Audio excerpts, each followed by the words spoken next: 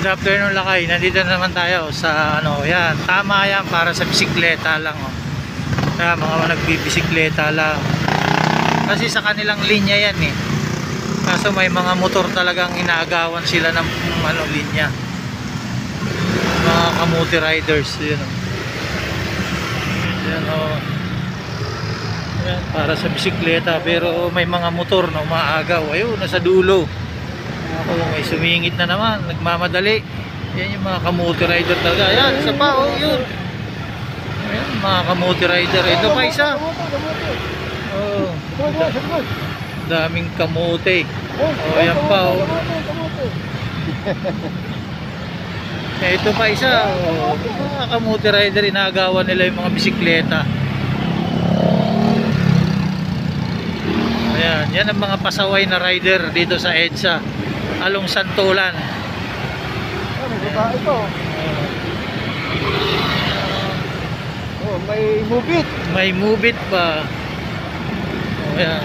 Oh, angkas. Oh, may angkas pa. Oh, di ba? Mga pasaway yan eh.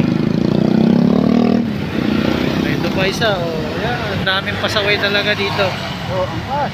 EDSA Santolan. Oh, yan. Ang dami joyride. Joyride. Oh. Movie, dami mga pasaway dito sa lugar na to.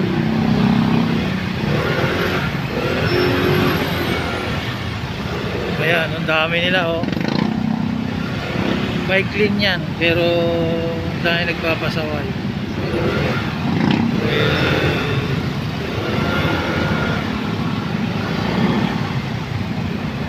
Ayan, umiiwas na sila dito. Hanggang dito lang sila. Kasi ayaw nila mahuli. Kasi sa malapit na dyan, sa dulo nito, may mga MMDA yan o. Ayan o. Ayan ang mga siga. Ayan ang mga kamuti rider. Ayan pa, isa o. Ayan. Mga nagmamamadali. Pag nahuli naman sila, iiyak-iyak sila. Dito makikita mo talaga na walang disiplina yung mga kamuti rider. Lane ng bisikleta inaagaw nila. Ayan. Ayan o. Diba? Nandito malimit na may nanguhuli na MDA pero ngayon wala.